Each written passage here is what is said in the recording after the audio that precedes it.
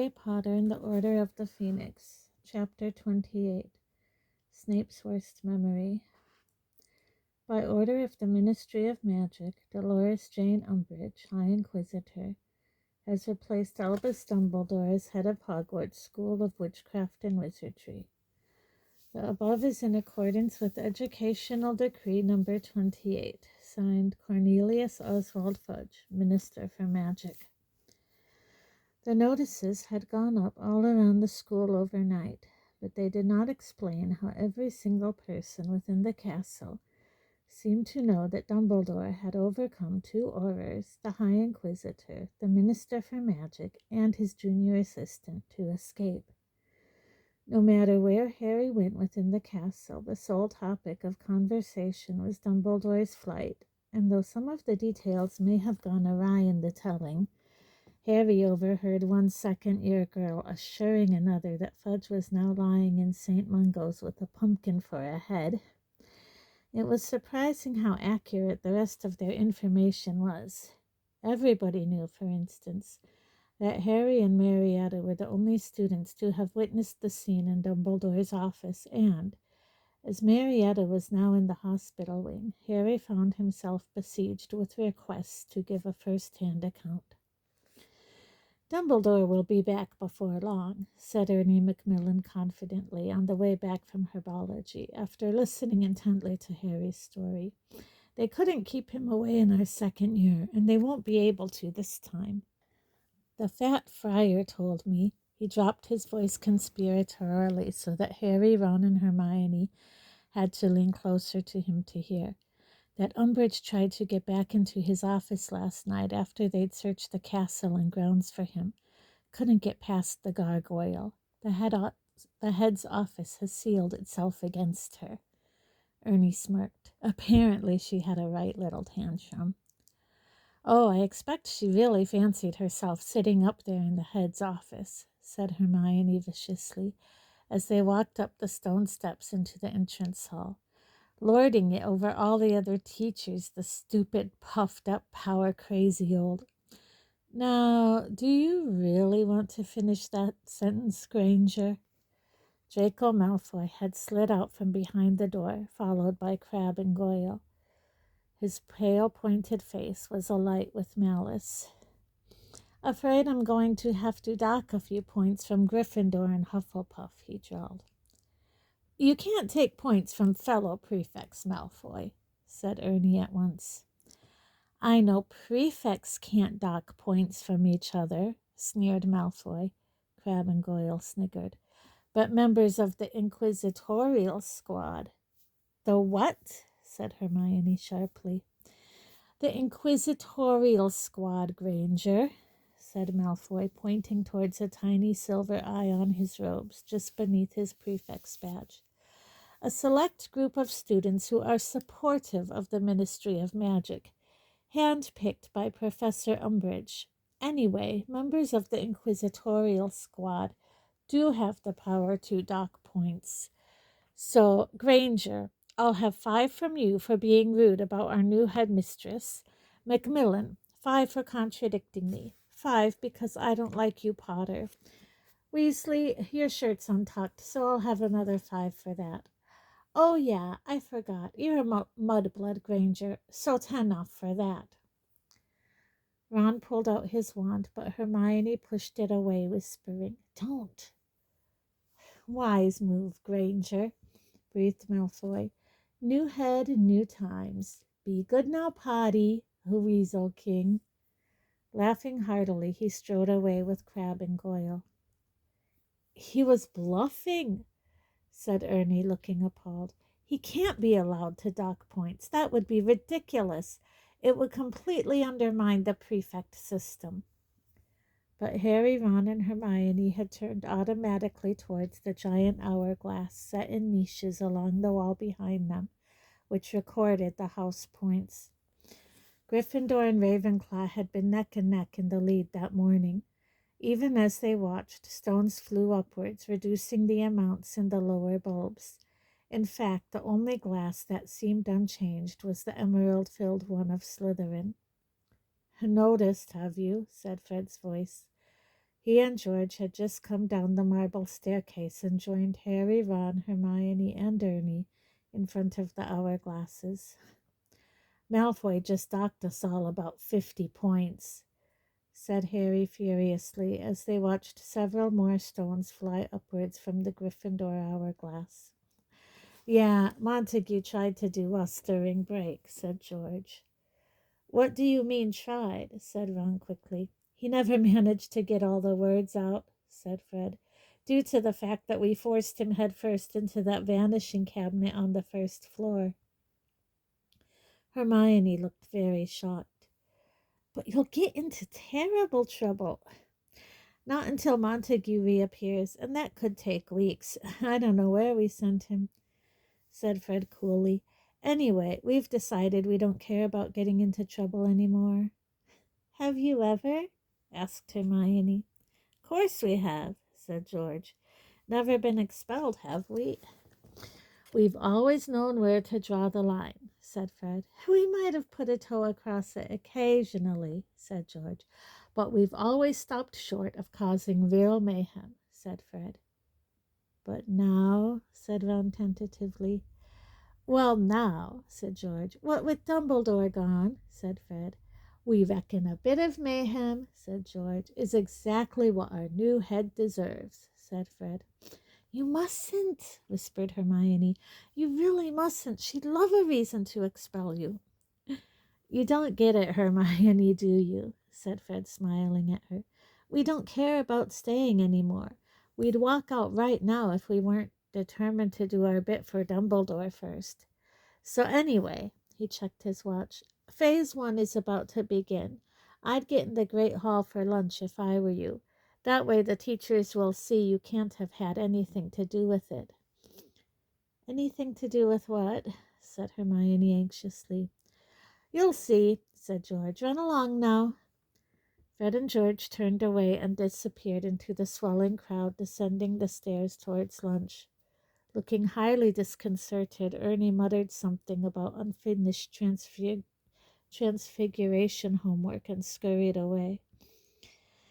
"I think we should get out of here, you know," said Hermione nervously, "just in case." "Yeah, all right," said Ron, and the three of them moved towards the doors to the Great Hall. But Harry had barely glimpsed the day's ceiling of scudding white clouds when somebody tapped him on the shoulder, and turning, he found himself almost nose to nose with Filch, the caretaker. He took several hasty steps backwards.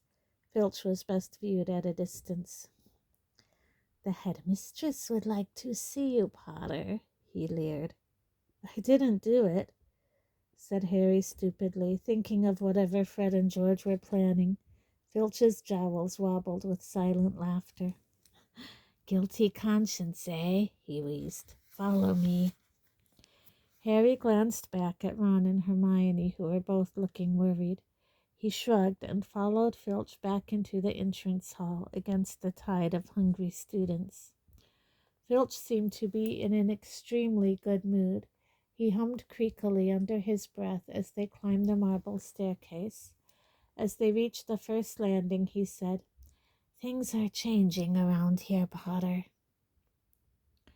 "I've noticed," said Harry coldly. "Yes, I've been telling Dumbledore for years and years he's too soft with you all," said Filch, chuckling nastily.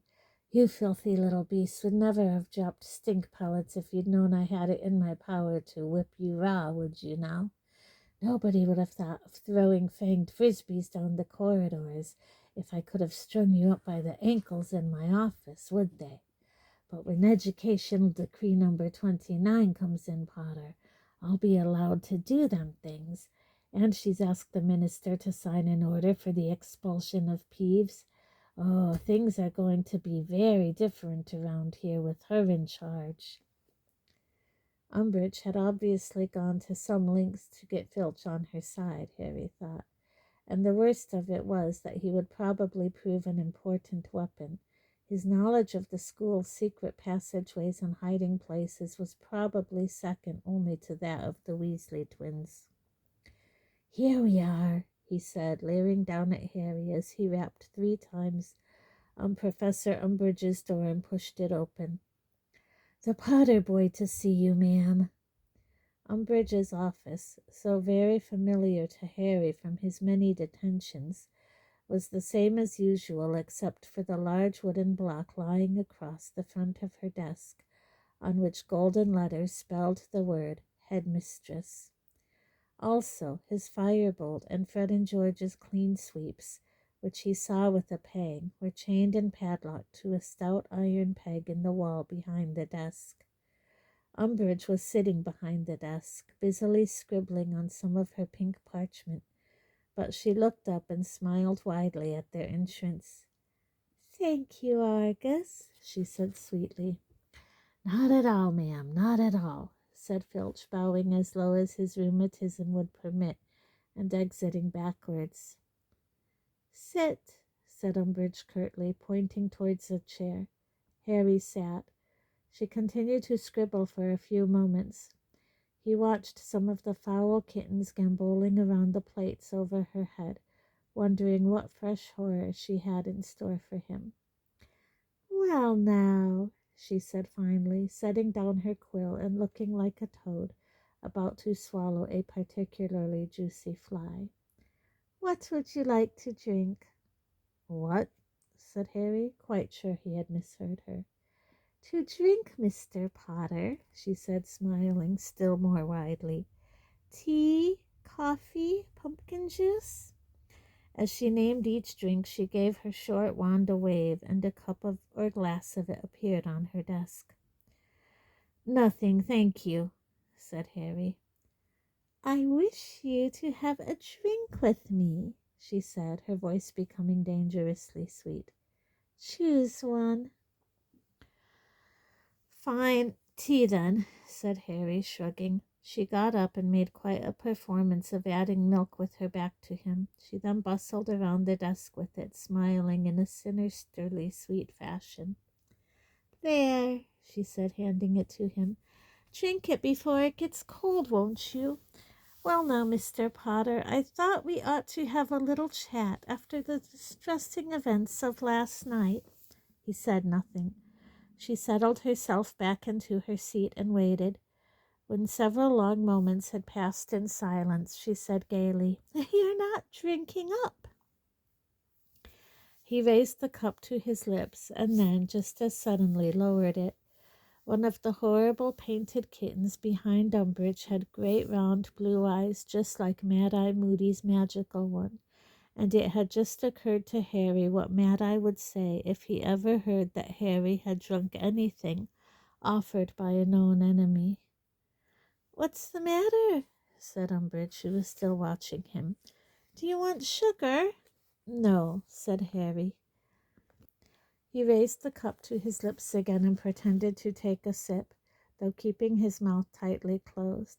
Umbridge's smile widened. "Good," she whispered. "Very good. Now then," she leaned forwards a little, "where is Albus Dumbledore?" "No idea," said Harry promptly.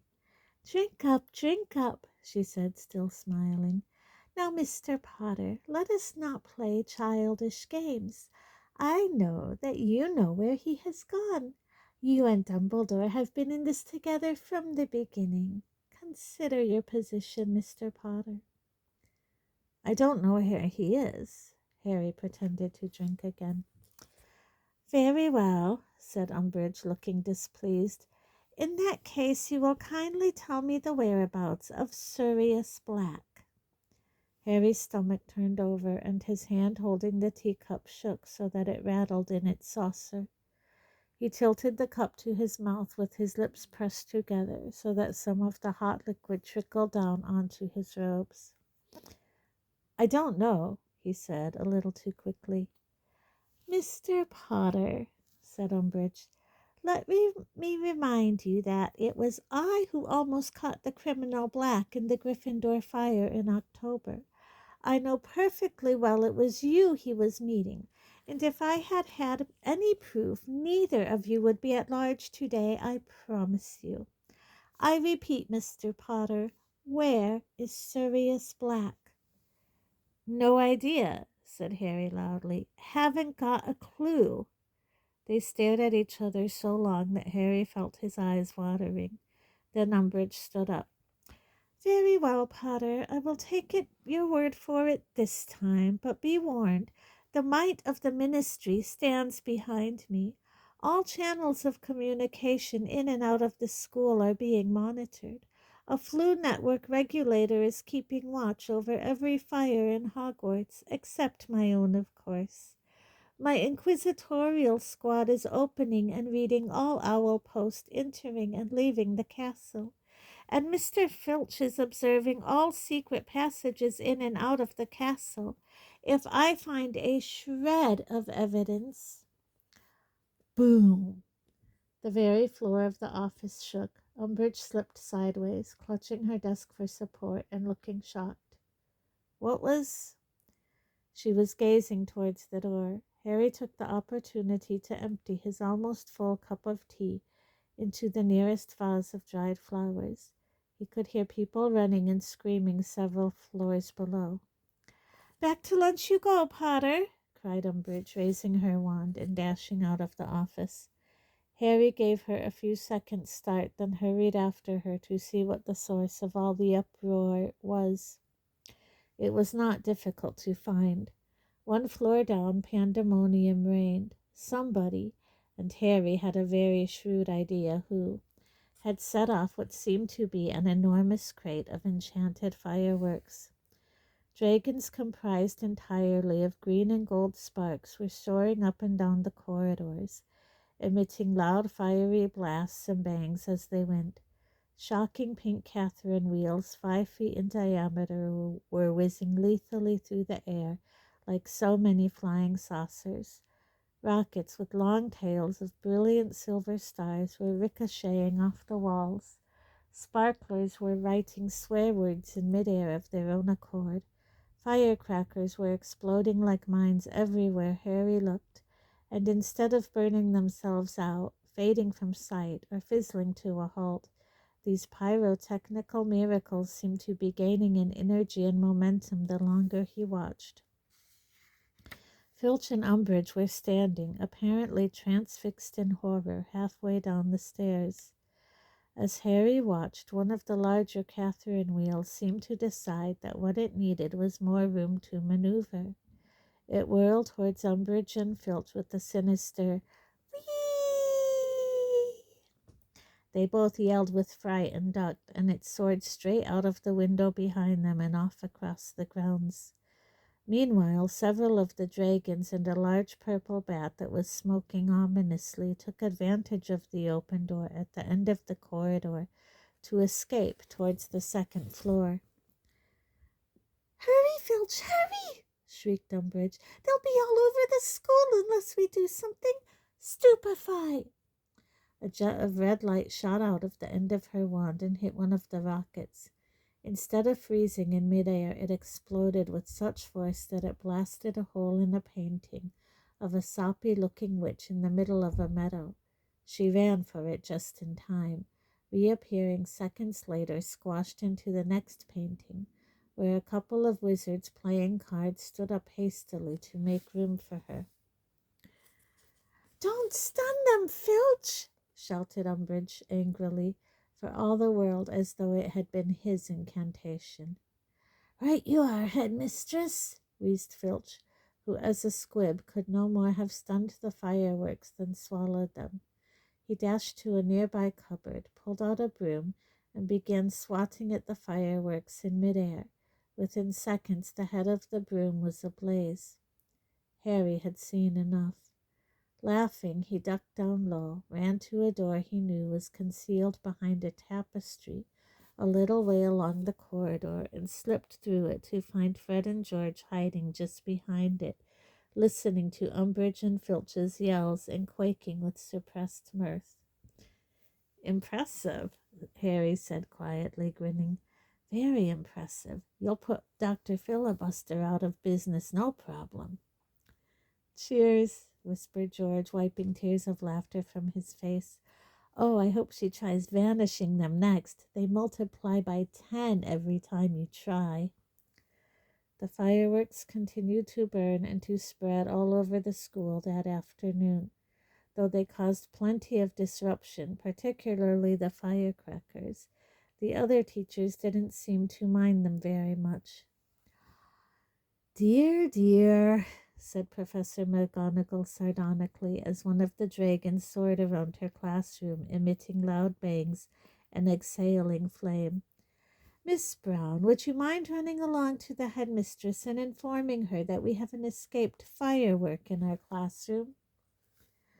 The upshot of it all was that Professor Umbridge spent her first afternoon as headmistress running all over the school, answering the summonses of the other teachers, none of whom seemed able to rid their rooms of the fireworks without her. When the final bell rang and they were heading back to Gryffindor Tower with their bags, Harry saw, with immense satisfaction, a disheveled and soot-blackened Umbridge tottering sweaty-faced from Professor Flitwick's classroom. "Thank you so much, Professor," said Professor Flitwick in his squeaky little voice. "I could have got rid of the sparklers myself, of course, but I wasn't sure whether or not I had the authority." Beaming, he closed his classroom door in her snarling face. Fred and George were heroes that night in the Gryffindor common room. Even Hermione fought her way through the excited crowd to congratulate them. "They were wonderful fireworks," she said admiringly. "Thanks," said George, looking both surprised and pleased. "Weasley's wildfire whiz-bangs. Only thing is, we used our whole stock. We're going to have to start again from scratch now." "It was worth it, though," said Fred, who was taking orders from clamoring Gryffindors. "If you want to add your name to the waiting list, Hermione, it's 5 galleons for your basic blaze box and 20 for the deflagration deluxe." Hermione returned to the table where Harry and Ron were sitting, staring at their school bags as though hoping their homework would spring out and start doing itself. "Oh, why don't we just have a night off?" said Hermione brightly as a silver-tailed Weasley rocket zoomed past the window. "After all, the Easter holidays start on Friday. We'll have plenty of time then." "Are you feeling all right?" Ron asked, staring at her in disbelief. "Now you mention it," said Hermione happily. "Do you know, I think I'm feeling a bit rebellious."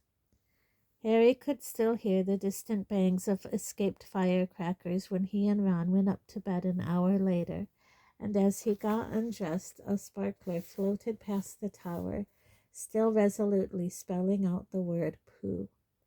He got into bed yawning. With his glasses off, the occasional firework passing the window had become blurred, looking like sparkling clouds, beautiful and mysterious against the black sky. He turned on to his side, wondering how Umbridge was feeling about her first day in Dumbledore's job, and how Fudge would react when he heard that the school had spent most of the day in a state of advanced disruption. Smiling to himself, Harry closed his eyes. The whizzes and bangs of escaped fireworks in the grounds seemed to be growing more distant, or perhaps he was simply speeding away from them. He had fallen right into the corridor leading to the Department of Mysteries. He was speeding towards the plain black door. Let it open, let it open. It did. He was inside the circular room lined with doors. He crossed it, placed his hand on an identical door, and it swung inwards. Now he was in a long rectangular room full of an odd mechanical clicking. There were dancing flecks of light on the walls, but he did not pause to investigate. He had to go on. And now he was in a dimly lit room as high and wide as a church, full of nothing but rows and rows of towering shelves, each laden with small, dusty, spun glass spheres. Now Harry's heart was beating fast with excitement. He knew where to go. He ran forwards, but his footsteps made no noise in the enormous deserted room. There was something in this room he wanted very, very much. Something he wanted, or somebody else wanted. His scar was hurting. Bang! Harry woke up instantly, confused and angry. The dark dormitory was full of the sound of laughter. Cool, said Seamus, who was silhouetted against the window. I think one of those Catherine wheels hit a rocket and it's like they made it. Come and see. Harry heard Ron and Dean scramble out of bed for a better look. He lay quite still and silent while the pain in his sky subsided and disappointment washed over him. He felt as though a wonderful treat had been snatched from him at the very last moment. He had got so close that time. Glittering pink and silver-winged piglets were now soaring past the windows of Gryffindor Tower. Harry lay and listened to the appreciative whoops of Gryffindors in the dormitories below them. His stomach gave a sickening jolt as he remembered that he had occlumency the following evening.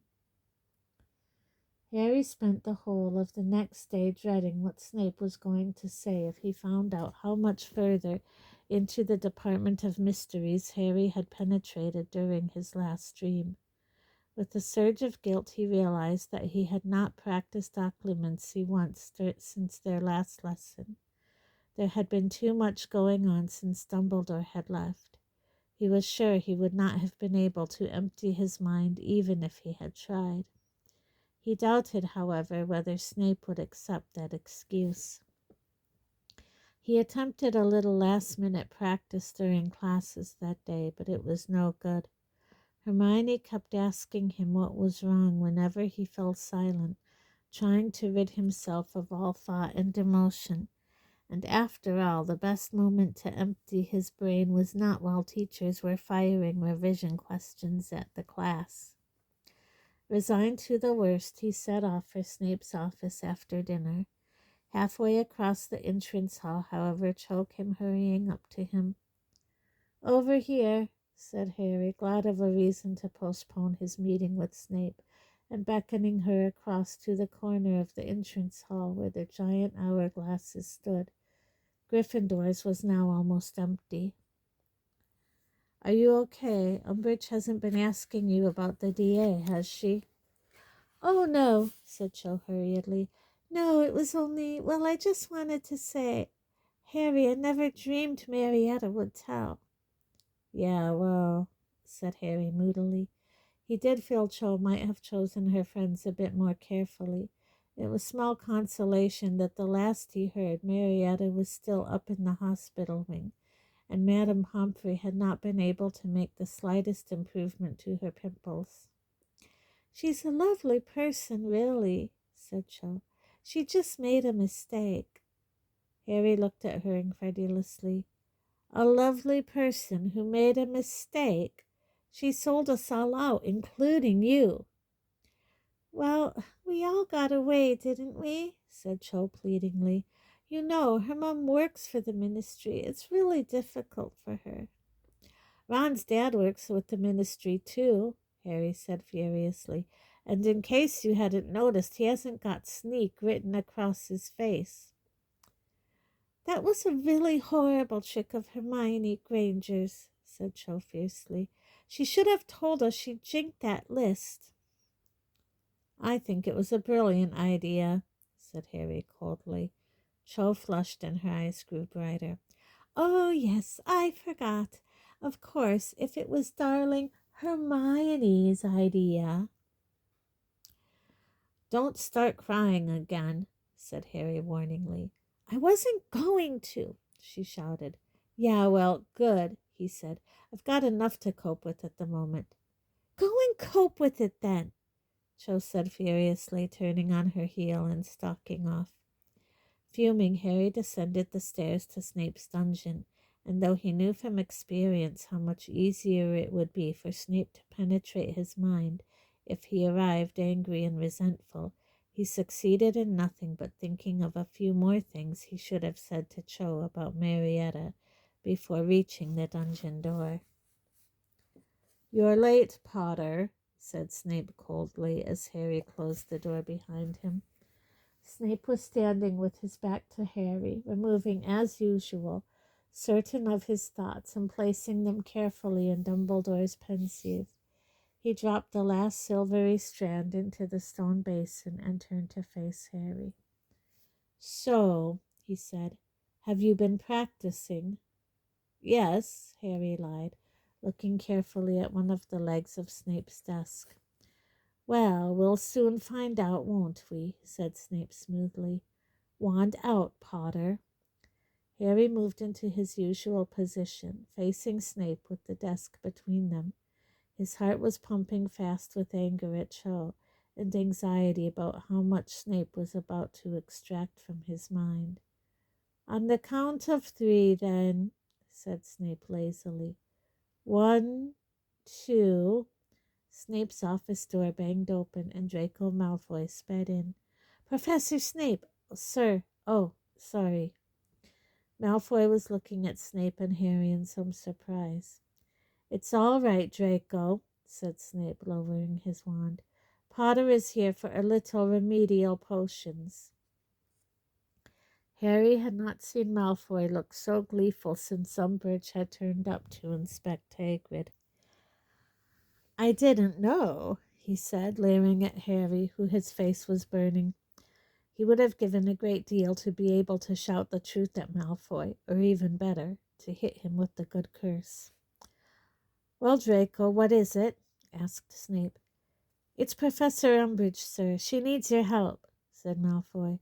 "They found Montague, sir. He's turned up jammed inside a toilet on the 4th floor." "How did he get in there?" demanded Snape. "I don't know, sir. He's a bit confused." Very well, Potter," said Snape. "We shall resume this lesson tomorrow evening." He turned and swept from his office. Malfoy mouthed, "Remedial potions?" at Harry behind Snape's back before following him. Seething, Harry replaced his wand inside his robes and made to leave the room. At least he had 24 hours more in which to practice. He knew he ought to feel grateful for the narrow escape, though it was hard that it came at the expense of Malfoy telling the whole school that he needed remedial potions. He was at the office door when he saw it, a patch of shivering light dancing on the door frame. He stopped and stood looking at it, reminded of something. Then he remembered. It was a little like the lights he had seen in his dream last night. The lights in the second room he had walked through on his journey through the Department of Mysteries. He turned around. The light was coming from the Pensieve sitting on Snape's desk. The silver-white contents were ebbing and swirling within. Snape's thoughts, things he did not want Harry to see if he broke through Snape's defenses accidentally. Harry gazed at the Pensieve, curiosity welling inside him. What was it that Snape was so keen to hide from Harry? The silvery light shivered on the wall. Harry took 2 steps towards the desk, thinking hard. Could it possibly be information about the Department of Mysteries that Snape was determined to keep from him? Harry looked over his shoulder, his heart now pumping harder and faster than ever. How long would it take Snape to release Montague from the toilet?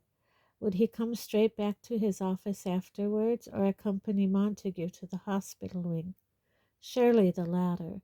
Montague was captain of the Slytherin Quidditch team. Snape would want to make sure he was all right.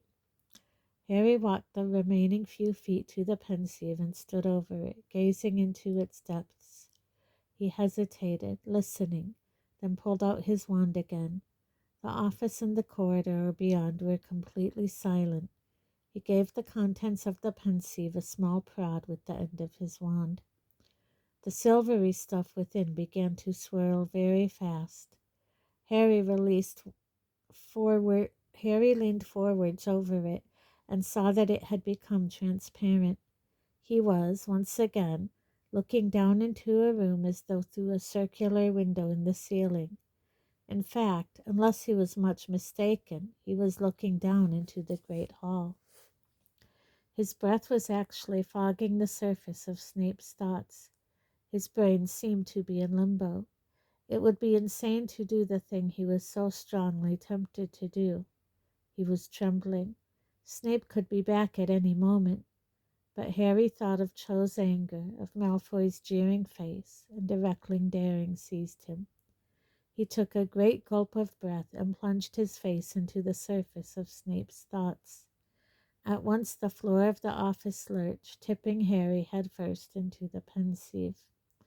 He was falling through cold blackness, spinning furiously as he went, and then he was standing in the middle of the great hall, but the 4 house tables were gone. Instead, there were more than 100 smaller tables, all facing the same way, at each of which sat a student, head bent low, scribbling on a roll of parchment. The only sound was the scratching of quills and the occasional rustle as somebody adjusted their parchment. It was clearly exam time. Sunshine was streaming through the high windows onto the bent heads, which shone chestnut and copper and gold in the bright light. Harry looked around carefully. Snape had to be here somewhere. This was his memory. And there he was at a table right behind Harry. Harry stared. Snape the teenager had a stringy, pallid look about him, like a plant kept in the dark. His hair was lanky and greasy and was flopping onto the table, his hooked nose barely half an inch from the surface of the parchment as he scribbled. Harry moved around behind Snape and read the heading of the examination paper. Defense against the dark arts, ordinary wizarding level. So Snape had to be 15 or 16, around Harry's own age. His hand was flying across the parchment. He had written at least a foot more than his closest neighbors, and yet his writing was minuscule and cramped. 5 more minutes! The voice made Harry jump. Turning, he saw the top of Professor Flitwick's head moving between the desks a short distance away. Professor Flitwick was walking past a boy with untidy black hair. Very untidy black hair. Harry moved so quickly that had he been solid, he would have knocked desks flying. Instead, he seemed to slide dreamlike across 2 aisles and up a third. The back of the black-haired boy's head drew nearer, and he was straightening up now, putting down his quill, pulling his roll of parchment towards him so as to reread what he had written. Harry stopped in front of the desk and gazed down at his 15-year-old father. Excitement exploded in the pit of his stomach. It was as though he was looking at himself, but with deliberate mistakes. James's eyes were hazel, his nose was slightly longer than Harry's, and there was no scar on his forehead, but they had the same thin face, same mouth, same eyebrows. James's hair stuck up at the back exactly as Harry's did. His hands could have been Harry's, and Harry could tell that when James stood up, they would be within an inch of each other in height. James yawned hugely and rumpled up his hair, making it even messier than it had been. Then, with a glance toward Professor Flitwick, he turned in his seat and grinned at a boy sitting 4 seats behind him. With another shock of excitement, Harry saw Sirius give James the thumbs up. Sirius was lounging in his chair at his ease, tilting it back on 2 legs. He was very good-looking. His dark hair fell into his eyes with a sort of casual elegance neither James's nor Harry's could ever have achieved, and the girl sitting behind him was eyeing him hopefully, though he didn't seem to have noticed. And 2 seats along from this girl, Harry's stomach gave another pleasurable squirm, was Remus Lupin. He looked rather pale and peaky. Was the full moon approaching? And was absorbed in the exam. As he reread his answers, he scratched his chin with the end of his quill, frowning slightly. So that meant Wormtail had to be around here somewhere too. And sure enough, Harry spotted him within seconds, a small mousy-haired boy with a pointed nose. Wormtail looked anxious. He was chewing his fingernails, staring down at his paper, scuffing the ground with his toes. Every now and then he glanced hopefully at his neighbor's paper. Harry stared at Wormtail for a moment, then back at James, who was now doodling on a bit of scrap parchment. He had drawn a snitch and was now tracing the letters L-E. What did they stand for? "Quills down, please," squeaked Professor Flitwick. "That means you too, Stubbins. Please remain seated while I collect your parchment. Accio." Over 100 rolls of parchment zoomed into the air and into Professor Flitwick's outstretched arms, knocking him backwards off his feet. Several people laughed. A couple of students at the front desks got up, took hold of Professor Flitwick beneath the elbows, and lifted him back onto his feet. Thank you, panted Professor Flitwick. "Very well, everybody, you're free to go." Harry looked down at his father, who had hastily crossed out the L-E he had been embellishing, jumped to his feet, stuffed his quill and the exam paper into his bag, which he slung over his back, and stood waiting for Sirius to join him. Harry looked around and glimpsed Snape a short way away, moving between the tables toward the doors to the entrance hall, still absorbed in his own exam paper. Round-shouldered yet angular, he walked in a twitchy manner that recalled a spider, and his oily hair was jumping about his face. A gang of chattering girls separated Snape from James, Sirius, and Lupin, and by planting himself in their midst, Harry managed to keep Snape in sight, while straining his ears to catch the voices of James and his friends. "Did you like the question 10, Moony?" asked Sirius as they emerged into the entrance hall. "Loved it," said Lupin briskly. "Give 5 signs that identify their werewolf. Excellent question." "Do you think you managed to get all the signs?" said James in tones of mock concern. "Think I did," said Lupin seriously, as they joined the crowd thronging around the front doors, eager to get out into the sunlit grounds. 1, he's sitting in my chair. 2, he's wearing my clothes. 3, his name's Remus Lupin." Wormtail was the only one who didn't laugh. "I got the snout shape, the pupils of the eyes, and the tufted tail," he said anxiously, "but I couldn't think what else." "How thick are you, Wormtail?" said James impatiently. "You run round with the werewolf once a month." "Keep your voice down," implored Lupin. Harry looked anxiously behind him again. Snape remained close by, still buried in his exam questions. But this was Snape's memory, and Harry was sure that if Snape chose to wander off in a different direction, once outside in the grounds, Harry, would not be able to follow James any further. To his intense relief, however, when James and his 3 friends strode off down the lawn towards the lake, Snape followed, still poring over the exam paper, and apparently with no fixed idea of where he was going. By keeping a little ahead of him, Harry managed to maintain a close watch on James and the others. "Well, I thought that paper was a piece of cake," he heard Sirius say. "I'll be surprised if I don't get outstanding on it at least." "Me too," said James. He put his hand in his pocket and took out a struggling golden snitch. "Where'd you get that?" "Nicked it," said James casually. He started playing with the snitch, allowing it to fly as much as a foot away before seizing it again. His reflexes were excellent. Wormtail watched him in awe.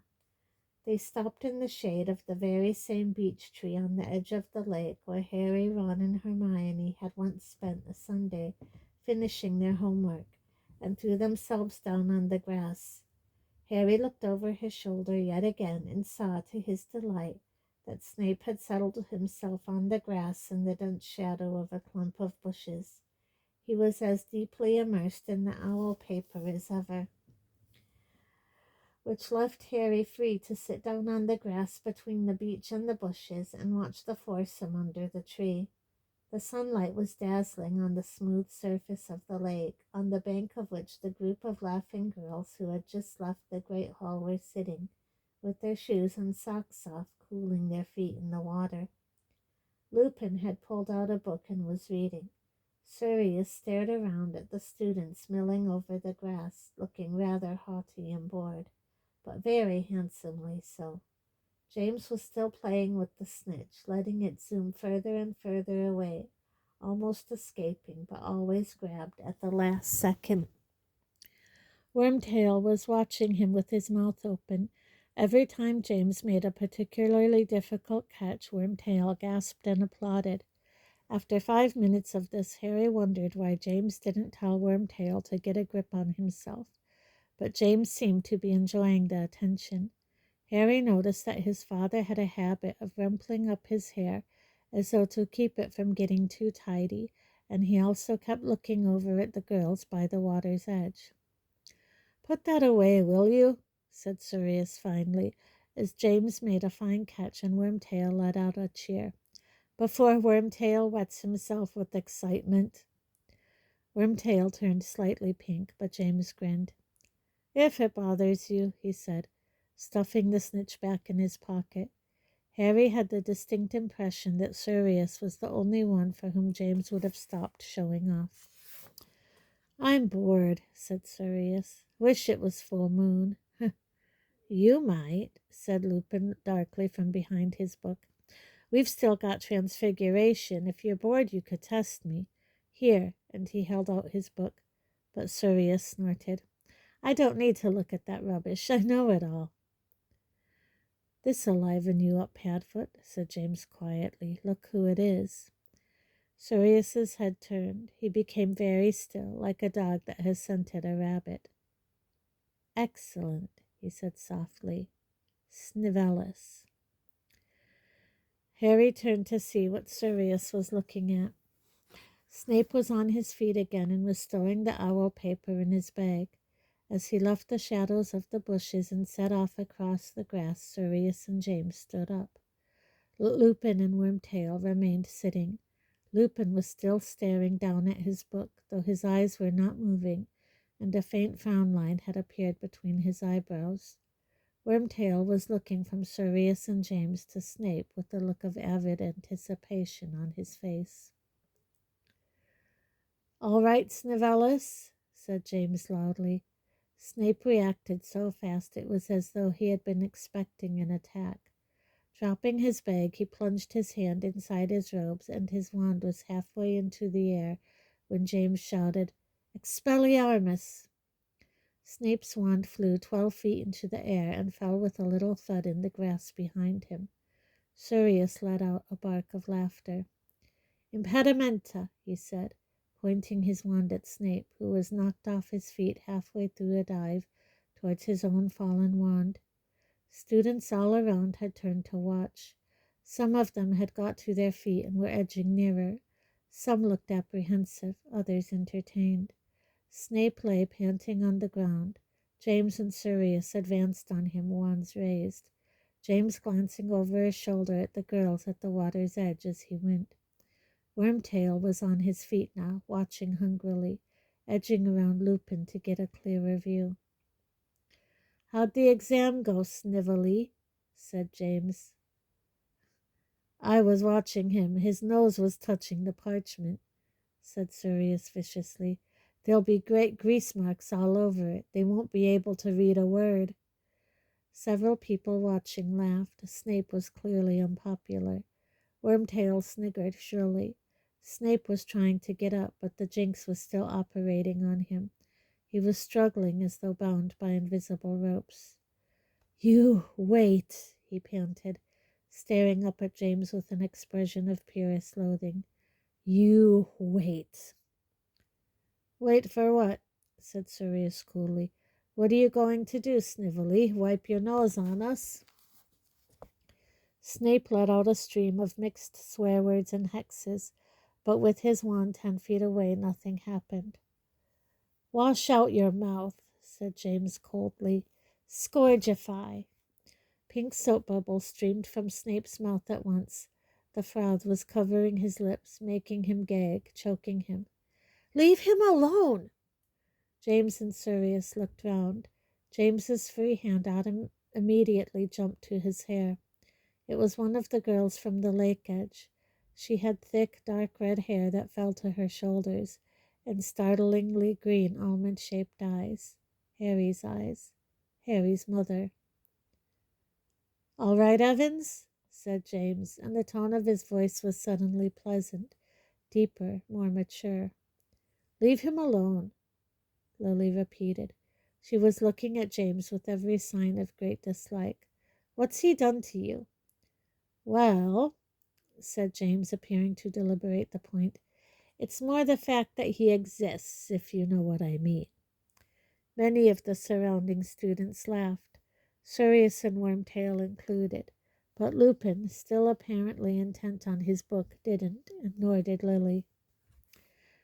"You think you're funny," she said coldly, "but you're just an arrogant, bullying toe-rag, Potter. Leave him alone." "I will if you go out with me, Evans," said James quickly. "Go on. Go out with me, and I'll never lay a wand on old Snively again." Behind him, the impediment Jinx was wearing off. Snape was beginning to inch towards his fallen wand, spitting out soap suds as he crawled. "I wouldn't go out with you if it was a choice between you and the giant squid," said Lily. "Bad luck, Prongs," said Sirius briskly, and turned it back to Snape. "Oi!" But too late. Snape had directed his wand straight at James.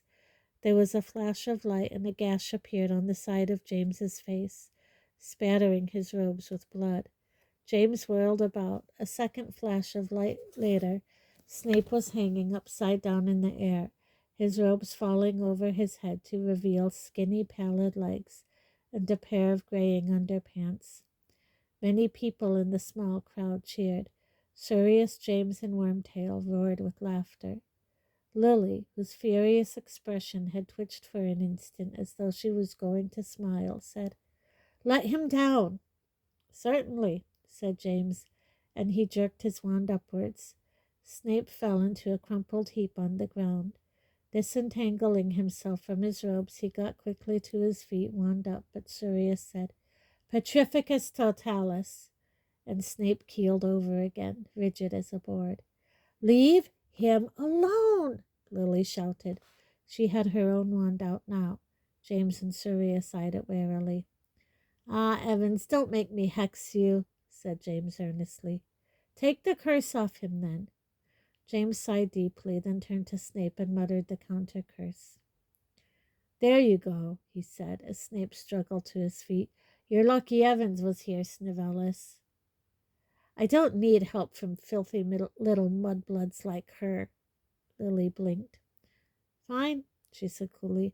"I won't bother in future, and I'd wash your pants if I were you, Snivellis." "Apologize to Evans," James roared at Snape, his wand pointed threateningly at him. "I don't want you to make him apologize," Lily shouted, rounding on James. "You're as bad as he is." "What?" yelped James. "I'd never call you up, you know what." "Messing up your hair because you think it looks cool to look like you've just got off your broomstick, showing off with that stupid snitch, walking down corridors and hexing anyone who annoys you just because you can. I'm surprised your broomstick can get off the ground with that fat head on it. You make me sick." She turned on her heel and hurried away. "Evans!" James shouted after her. "Hey, Evans!" But she didn't look back. "What is it with her?" said James, trying and failing to look as though this was a throwaway question of no real importance to him. "Reading between the lines, I'd say she thinks you're a bit conceited, mate," said Sirius. "Right," said James, who looked furious now. "Right." There was another flash of light, and Snape was once again hanging upside down in the air. "Who wants to see me take off Snively's pants?" But whether James really did take off Snape's pants, Harry never found out. A hand closed tight over his upper arm, closed with a pincher-like grip. Wincing, Harry looked round to see who had hold of him and saw, with a thrill of horror, a fully grown, adult-sized Snape standing right beside him, white with rage. "Having fun?" Harry felt himself rising into the air. The summer's day evaporated around him. He was floating upwards through icy blackness, Snape's hand still tight upon his arm. Then, with the swooping feeling as though he had turned head over heels in midair, his feet hit the stone floor of Snape's dungeon, and he was standing again beside the pensieve on Snape's desk in the shadowy present-day potion master's study. "So," said Snape, gripping Harry's arm so tightly Harry's hand was starting to feel numb.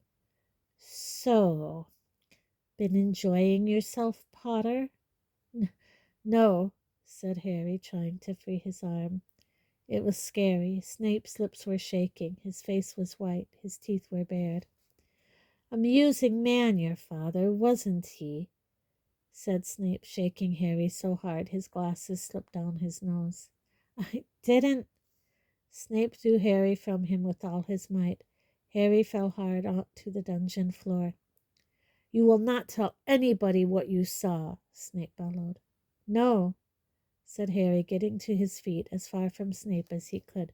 "No, of course I will." "Get out! Get out! I don't want to see you in this office ever again." And as Harry hurtled towards the door, a jar of dead cockroaches exploded over his head. He wrenched the door open and flew along the corridor, stopping only when he had put 3 floors between himself and Snape. There he leaned against the wall, panting and rubbing his bruised arm. He had no desire at all to return to Gryffindor Tower so early, nor to tell Ron and Hermione what he had just seen. What was making Harry feel so horrified and unhappy was not being shouted at or having jars thrown at him.